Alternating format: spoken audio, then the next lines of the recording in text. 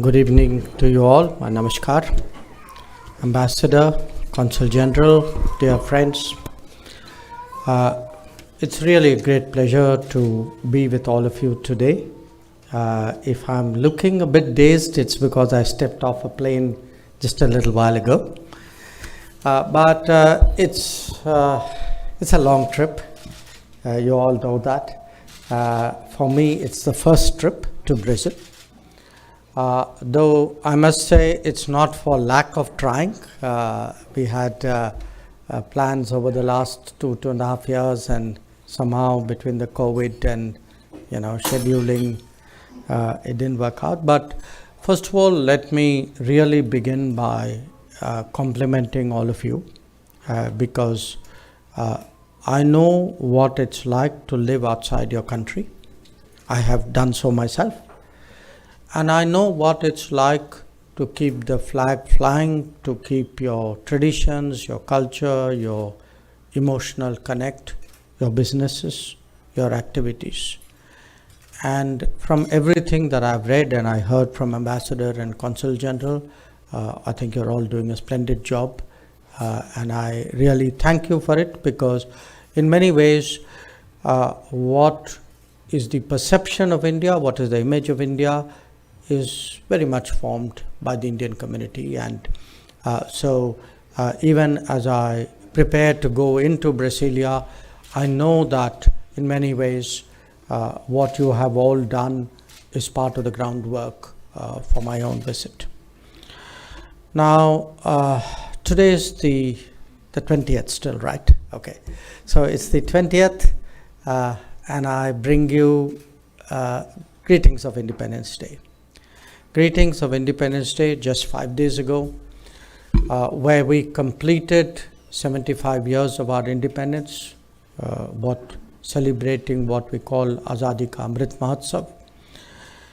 And I bring you not only the greetings, but having participated, having been present at Red Fort when Prime Minister Narendra Modi addressed the nation, I also remind you of his key message on that occasion because I think when we complete 75 years of independence, the mood in the country is very optimistic. It's a very forward-looking mood.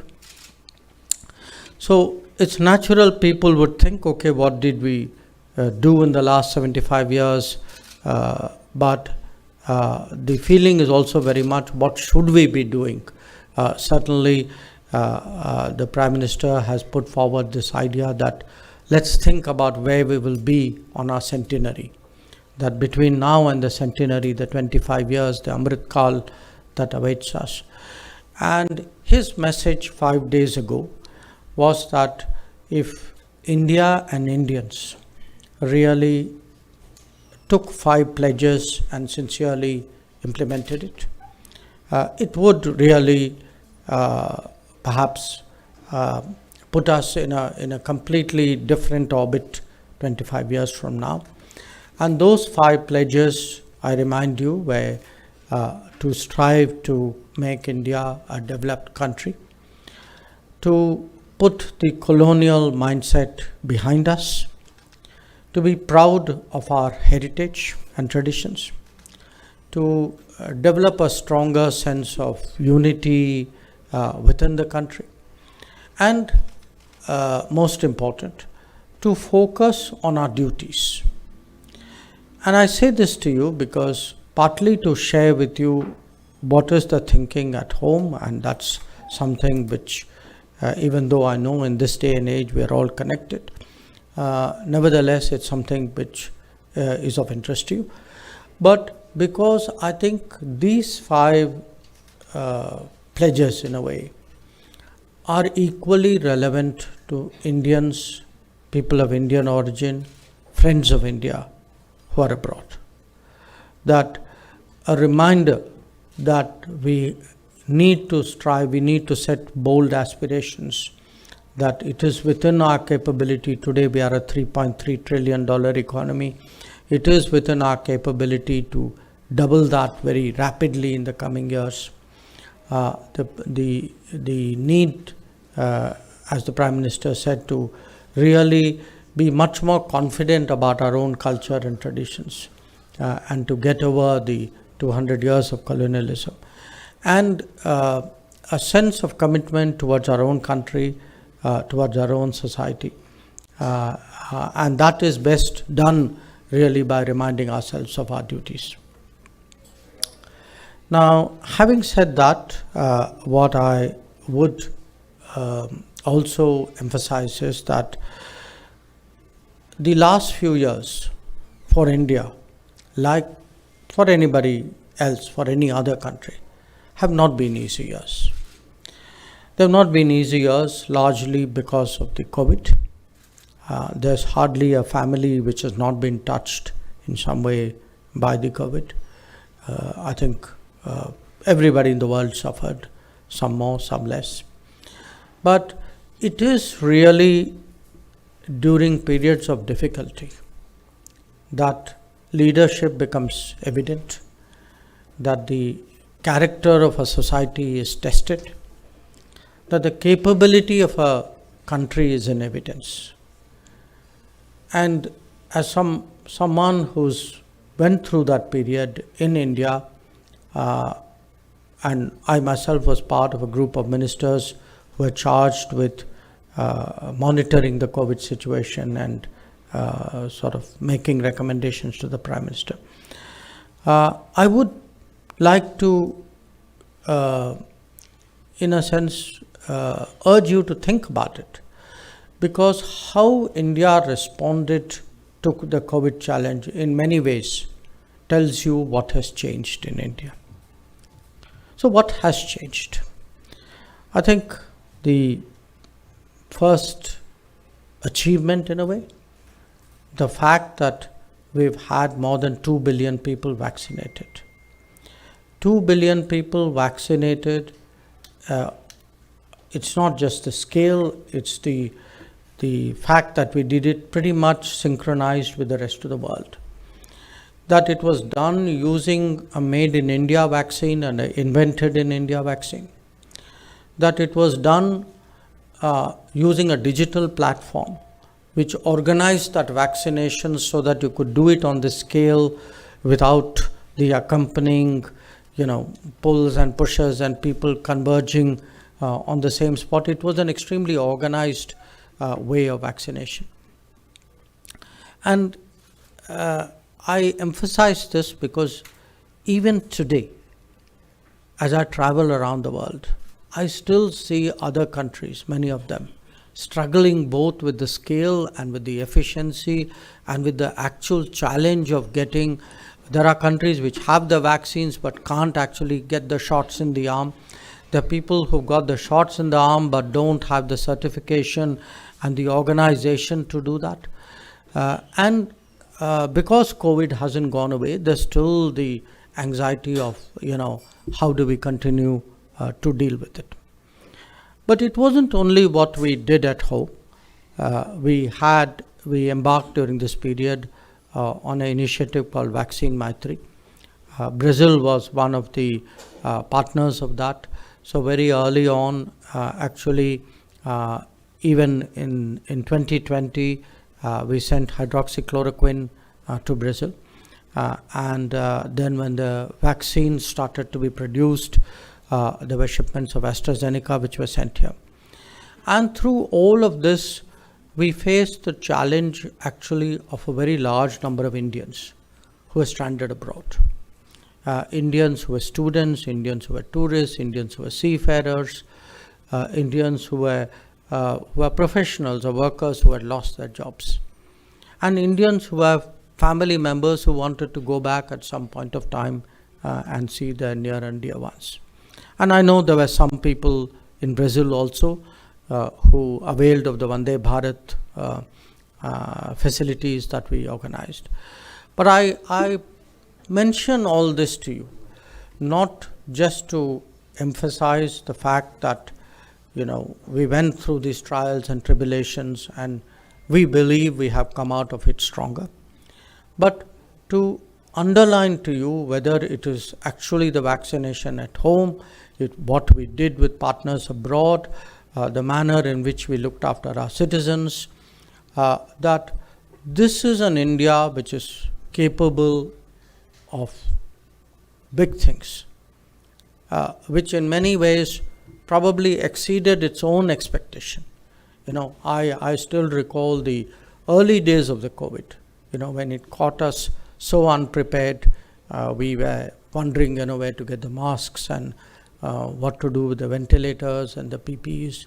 So from where we started and what we built up in those 2 years, it is actually a lesson to us what we are capable of. And here I would also particularly mention the contribution of the diaspora, because in 2021, when we went through the Delta wave, really, I would say the world stood by us, but Indian communities everywhere abroad really contributed, did whatever they could to help us out, and that's something which we deeply appreciate. Now, 2 years of COVID, 2.5 years of COVID, we then found ourselves with a new challenge, and a challenge which came from a very different geography. This time it was the Ukraine conflict, the consequences of the Ukraine conflict on our daily lives, and it actually tells us really how globalized the world has become, that something happens in one corner of the world and everybody else is impacted by it. And here too, there was a human side to it. The fact that there were 20,000 students who were stuck in Ukraine, but who we were very determined we would bring back unharmed. Unfortunately, one person did lose his life.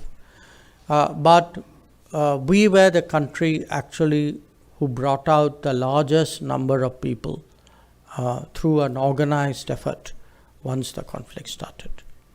And that too, Operation Ganga that we did, that too was, even for our own society, a validation of capabilities and leadership and thinking and boldness and commitment and organization. That to put all this together in the middle of a war, to get people out, it was something which really was quite a feat. But today we are coping with other aspects of it, and I think particularly what it has done in terms of impacting our energy security is something which is of concern.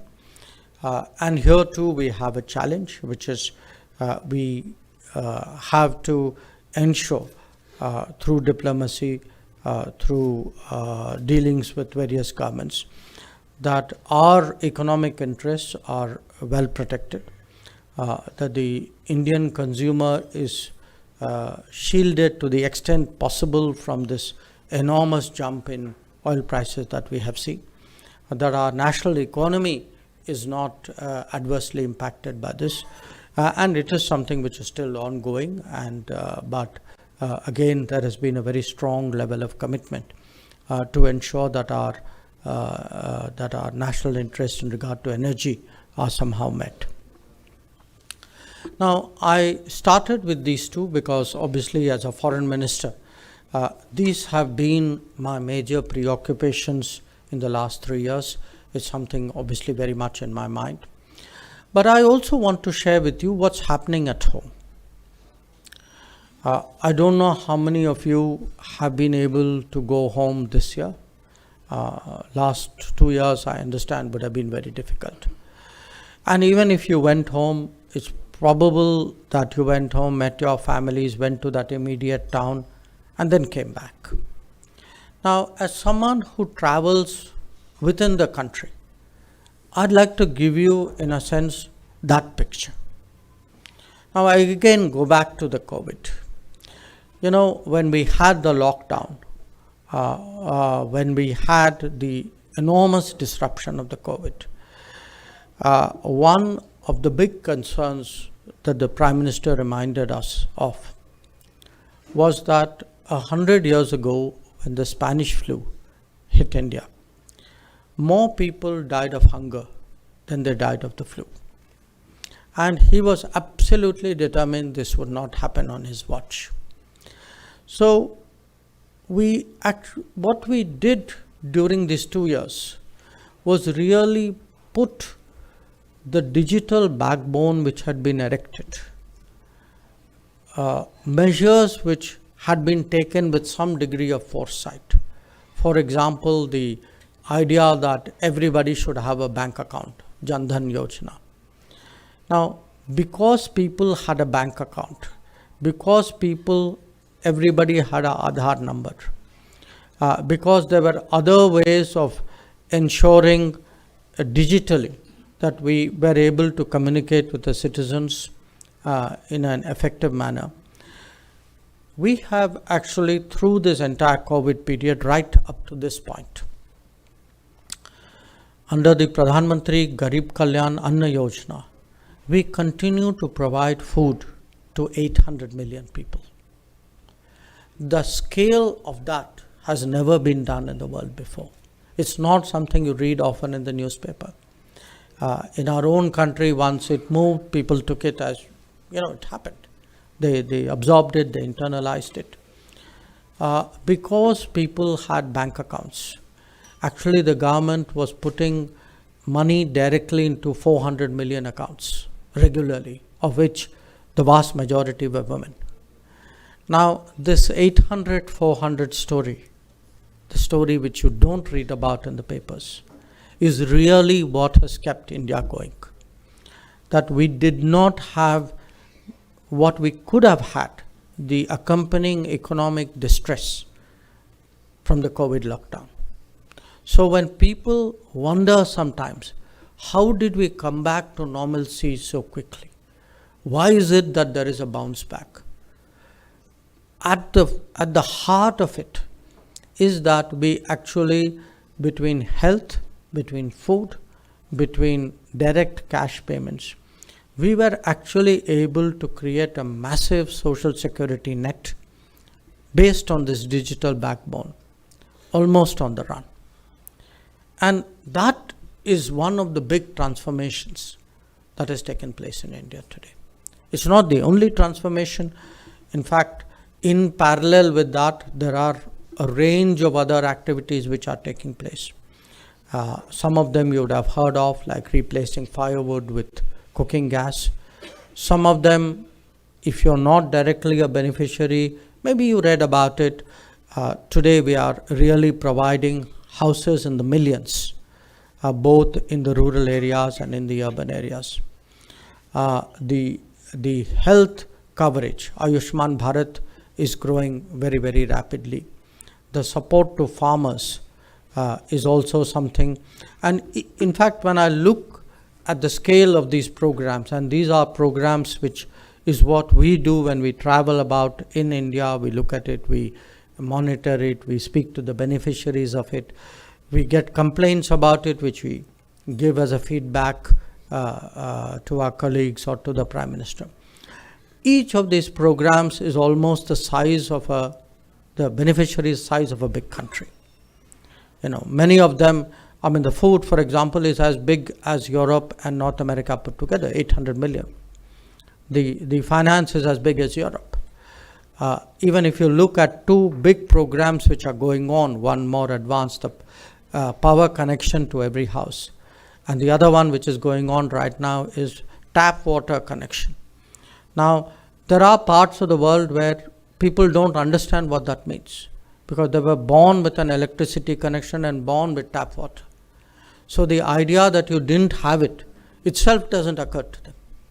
But for all of you who are so familiar with your country, you know that this itself is a revolution of a kind. And these schemes are today really running into hundreds of millions. And when we look at the future, one of the big objectives is really to shift the baseline of India higher. That in this day and age, in the 22nd century, people should not think of water and power and house and education and health as luxury. They should not have to wait till the end of their working life to say, okay, finally with my savings I bought a house. That is not really where we should be as we are approaching 100 years of independence. And it's those goals today which is really what is driving the transformation of India. Now, having spoken to you about India, let me say a few words about India and Brazil, because that is why I'm here.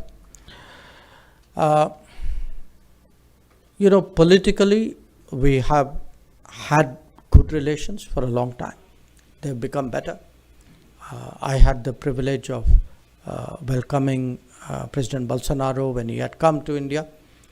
And I can say that after the visit, as the ambassador pointed out, there's really been a kind of a focus and a energy in the relationship, which perhaps there was not earlier. So, how do we look at the relationship?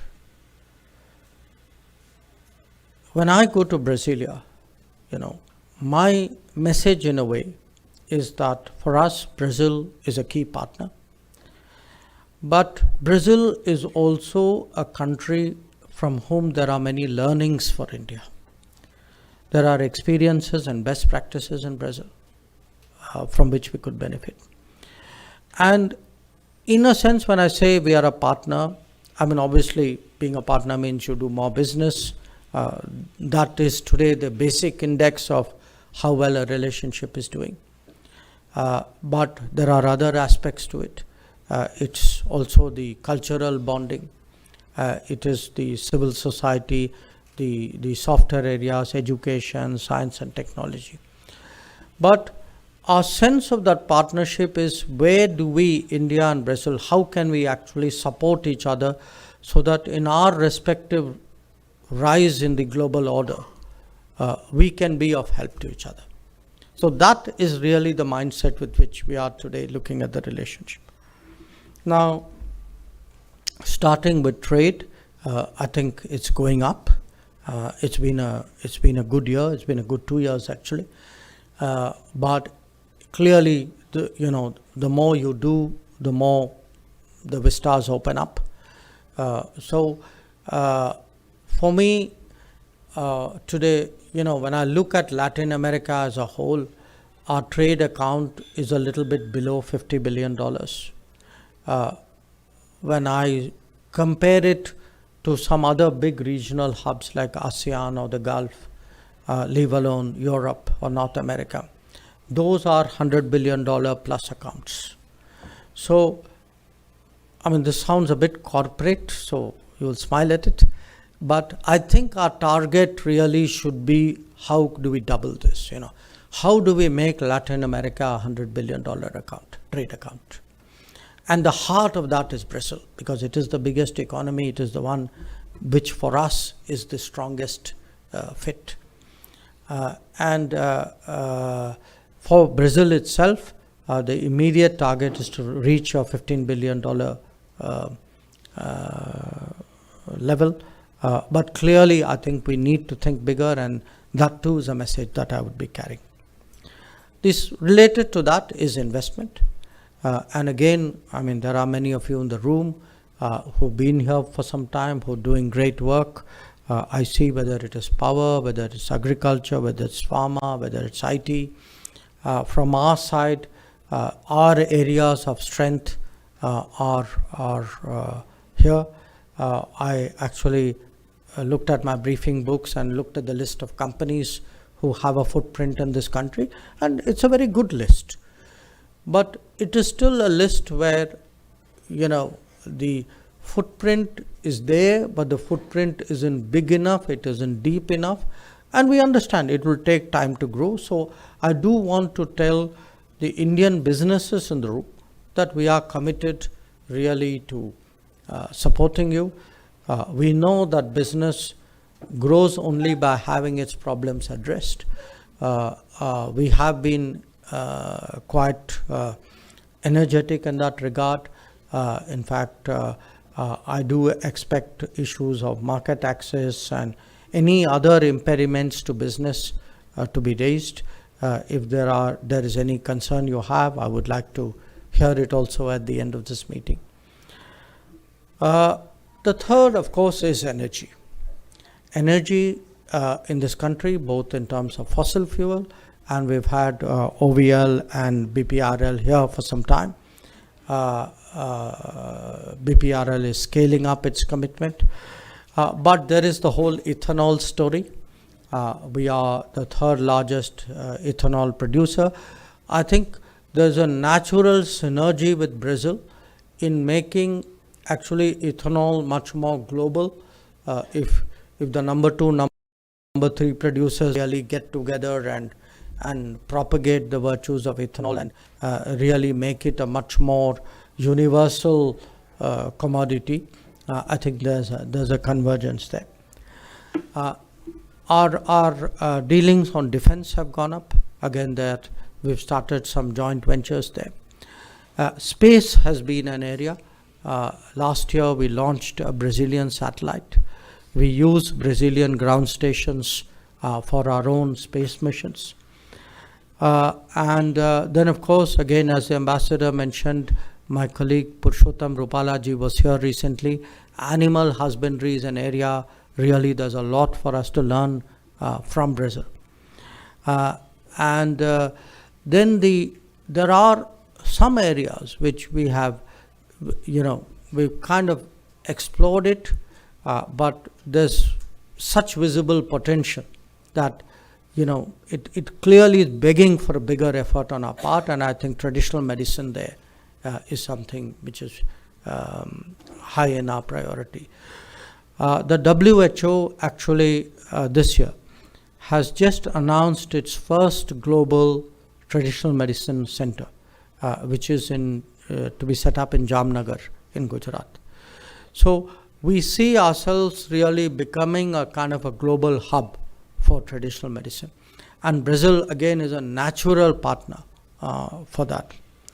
And finally, of course, given the diversity of India and given the diversity of Brazil, I think the cultural, there is a cultural synergy there. It's important for the relationship to go that we should have a better sense of each other's cultures and traditions. Now, that's where the narrow relationship itself is concerned, or the bilateral relationship is concerned. But we work with Brazil in terms of world politics as well. We are right now in the Security Council. We are both members of BRICS. We are part of another grouping called IPSA. So in many ways, this is a relationship of good sentiment, of great goodwill. Till now, it has been a relationship of some distance. So our job today, our task today, is really how to shrink that distance. And to shrink that, and it's doable, it's doable because, in fact, the more business we do, that itself is a statement that distance is shrinking. The idea today that it's possible to competitively export and import to the other end of the world, that I think is by now well established. So it could be oil, it could be edible oil, it could be fuel oil, it could be consumables, it could be auto parts. The world is getting more efficient in terms of its logistics. Our vision of who our partners are should grow beyond the region. In a way, definitely I can say India is becoming much more globalized. Our effort is to encourage Brazil also to look beyond their traditional markets, look much more at Asia, particularly look much more at India. So for me, when I look at the development of the relationship at its prospects, the role of the Indian community will become even more important, because eventually that shrinking of distance that expansion of comfort, that sense of putting a face to a country or a company, that is something which all of you do. And I have seen in different parts of the world where I have been, that when relationships really remarkably change, a big part of it is really the catalytic role of the community, because the policy makers or the doers in the other partner society, for them, they relate to Indians, they relate to communities like you, they relate to individuals, they relate to companies. And that fires them up and encourages them really to do bigger things than they were doing habitually. So for all of you, I would urge you that, please keep doing what you're doing, but do more. Please think of yourself as, contributors at a very important stage of our relationship. We are really today poised to make that big jump. And to make that big jump, we need all the support that we can get. And back home, as I said, I want to assure you today, we have a government with a vision. We have clearly in Prime Minister Modi, a government with a leadership, one with a very strong sense of delivery. As I said, a lot of it is really the transformation of India is no longer in phrases. It is actually visible in numbers. It is evident on the ground. Anywhere you travel in India today, you can actually literally see change underway. There's a road being built, there's a rail line being built, there's some container depot coming up. You can almost sort of feel the hum and the buzz of that change. So it is with that sense of optimism, that feeling of hope that I share with you this evening. Once again, I want to say it's truly a great pleasure to be able to spend time with all of you. And I'm very glad I'm doing this so that it empowers me as I go into Brasilia. Thank you very much.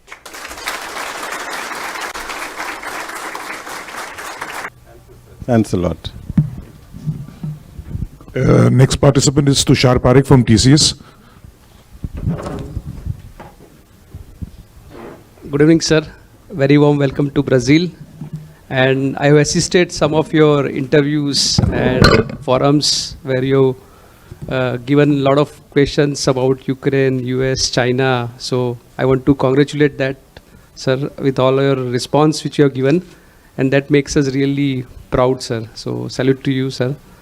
I am Tushar Parekh. I represent TCS, Tata Consultancy Services. We have around 5,000 people. We are completing 20 years. In Latin America, we have around 24,000 people. So we have business in 9 countries in Latin America. Actually, my question you already answered in your speech, but I will try to double click on what you expected as a target. 15 billion for Brazil, 50 billion for Latin America. Sir, how India, when I say India as a corporate and also as per your vision from ministry, see Brazil as a country? You explain all the things in your speech, but maybe double clicking on that answer about 15 billion, 50 billion, how we can do more or shrinking this gap more as per your vision on day-to-day basis, sir. That is one question, and I have another question, but I will hold for that. Well, look, I'll give you a very interesting happening in the last year. We were big importers of sunflower oil from Ukraine, and obviously that is what is happening. Now, we have seen in this year, this calendar year, a big jump in soya oil imports from Latin America. Now, 5 years ago, people would not have thought of sourcing edible oil from a destination this one. Even Ukraine was seen as far. For them, it could have been Malaysia, Indonesia, palm oil. That's like the natural place to go to, maybe a little bit further. So, the same thing is actually happening even in terms of crude. we are buying food we were buying in the past from Venezuela. We now started to buy from Guyana, Brazil, Argentina, Colombia. So I think as our own logistic capabilities are improving, as our understanding of the markets is improving, as our companies get more comfortable going out, our sense of the global economy has become stronger. I don't, I myself actually, I know this place theoretically. Okay? I read a lot of analysis. I get visitors. This is the first. I mean, it's only my second time I've been to Latin America. I came here once 25 years ago, not here, but in Chile. But what I read, in many ways, there is a middle class demand. It's a very good fit for Indian companies. So, if you look at the two-wheeler market, you look at the auto, small car markets, you look, actually, there are, look at your own business. So, my sense is we haven't made that push. When we start to make that push, I'm confident we will be surprised, because I'm seeing that in some other geographies, that they were new to us, we went in with a little bit of hesitation. Everybody wants to go where everybody's been before. It's good. But if all of you can actually increase the pull factor from India, if you go back to your companies and keep telling them there are things to do here, there are prospects here. I assure you, from our side, we actually believe this market, the Latin American market, does require a greater focus. We are very determined to crack it. We have set much higher targets even in trade. We are reaching out in a way which we have not done before to Latin American governments. So I would be bullish, but I'm also realistic in the sense that I know there's a lot of hard work required to get it. Thank you, sir. And the second one, on a lighter note, last week for 2-3 days I was in India. I could not buy a book in hard copy to get your autograph. So I wish maybe next trip when you come, we can have that autograph from you on the book. But any... By the way, I'm just going to be releasing the Gujarati edition next month. Thank you, sir. I'll be happy to send you out. Thank you, sir. And for that, based on that book, sir, any key message you want to pass to all of us from that book? Look, I wrote that book. Actually, I wrote the book when I was with Tata Sons. But I was ready to publish it, and then, one fine day, to my own surprise, I became a minister. So I then had to say, okay, do I really put out my thoughts in that way? So I had to rework that book a bit, which took another year. But my intent of writing that book was to try to get people not in foreign policy business. People in the, two of us talk to each other, we make it very complicated for other people. We need to communicate easier, simpler, make people understand what is foreign policy about, why is it important to you. I mean, that's why when I go around in India, I usually go a lot to universities. And I tell them, I said, look, a conflict started in Ukraine, and just imagine, suddenly 20,000 young Indians got caught up in it. So it's important, it's necessary today to take more interest in the world. I mean, 2.5 years ago, we read something happened in Wuhan. Who imagined that all of us in the world would then get affected? So I think it's opportunities, it is challenges, it is problems, it is worries. It's important in our country that we develop a greater sense of the world. That's the reason I... Thank you very much, sir. Thank you. Jani Nair. Hi, it was a pleasure listening to your articulate way of telling us what India is doing recently and all the plans and things. Now, this may be something which is very much for the embassy or the consulate, but since I do not work with the trade, I run a non-profit organization for travel for people with disabilities. So I want to ask you something which is very dear to people who live here, the Indians who are here. Is there any movement in getting a dual nationality set up for Indians, or that is not at all? Because I read once a few years back that somebody had put up in the parliament that it should be taken into account. And another question I wanted to ask is, I read in the MEA, the Ministry of External Affairs, that there is a fund called Indian Community Welfare Fund. So could you explain what would be the criteria? Because there were several occasions when Indians got cheated, and I'm really surprised that they got cheated with all the information that you can get on over the internet. They came here and they were stranded here with no money, no place to live, and they cannot work also. So they were going to be sent back and they would lose their passport, and they were around 20, 30 years of age.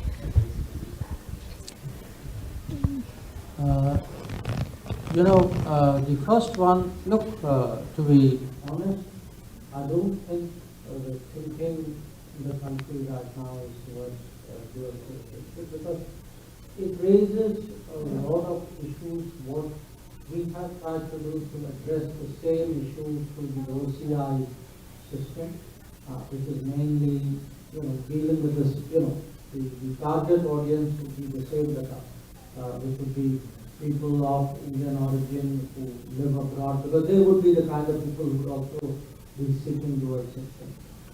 So I think the OCI card system is what has been working. We keep trying to improve it. It seems to be working reasonably well, because it allows the most important convenience which people want, which is the ability to travel in and out very freely. On the Indian Community Welfare Fund, yes, this was a fund which has been there for some years. In 2017, we kind of expanded its usage. Essentially, the fund is meant for, the key is means testing. We want it really to be used in distress situations for people who clearly don't have the means to respond to that. So it could be a worker caught up somewhere, somebody looking for urgent legal representation, that kind of. It would be, say, stranded people would be covered if they had a means issue. But I think maybe Ambassador, this particular set of topics? No, sir. This has not really come to our attention. Oh, this was a few years back. Recently, I have not kept in touch with them. There was the person who was bringing these people under false pretenses. He has emigrated, luckily, to Canada. So now it's Canada's problem. And I would like to add that even though I came here in 1979, I still hold my Indian passport. I will not give up my passport. Good for you. The next question comes from Manik Jaspal.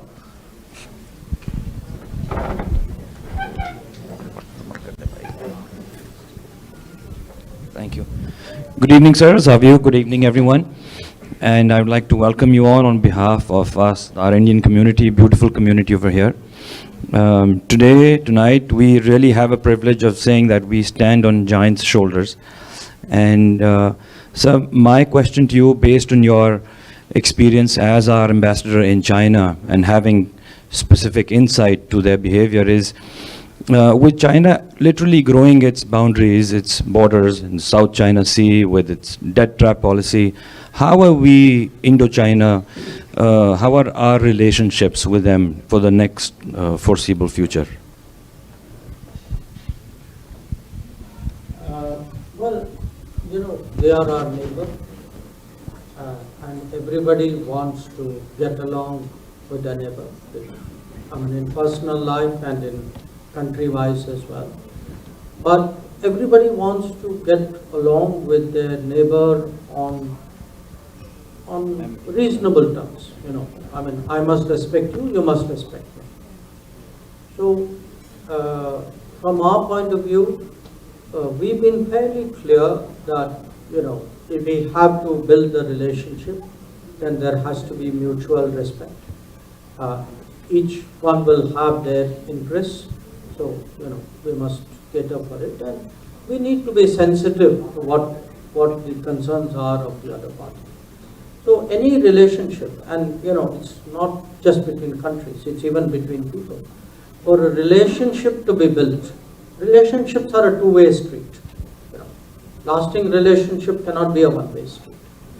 So we need that mutual respect, we need that mutual sensitivity, we need that mutual interest. And that is the basis for building it. Right now, I think it's no secret, we are going through a very difficult phase, and mainly because we have agreements with China going back to the 1990s, which prohibits bringing, massing troops in the border areas. We have disregarded that. What happened in Galwan 2 years ago. So that problem has not been resolved, and that is clearly casting a shadow. Thank you, sir.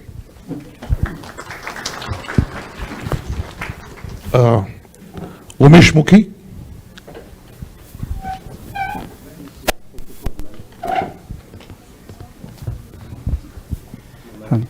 Thank you, Your Excellency, for wonderful insights. I'm Dr. Umesh Mukhi at Foundation Getulio Vargas as a professor of management.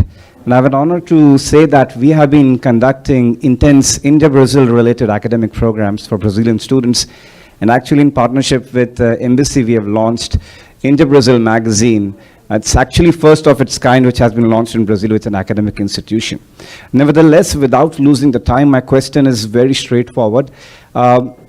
In contrast with pre-2014 and post-2014, since the change in government, how has the foreign policy evolved towards the Latin American and Brazil in specific? So I want to have key highlights, specifically when we contrast before 2014 and after 2014, since Prime Minister Modi assumed power. Thank you very much.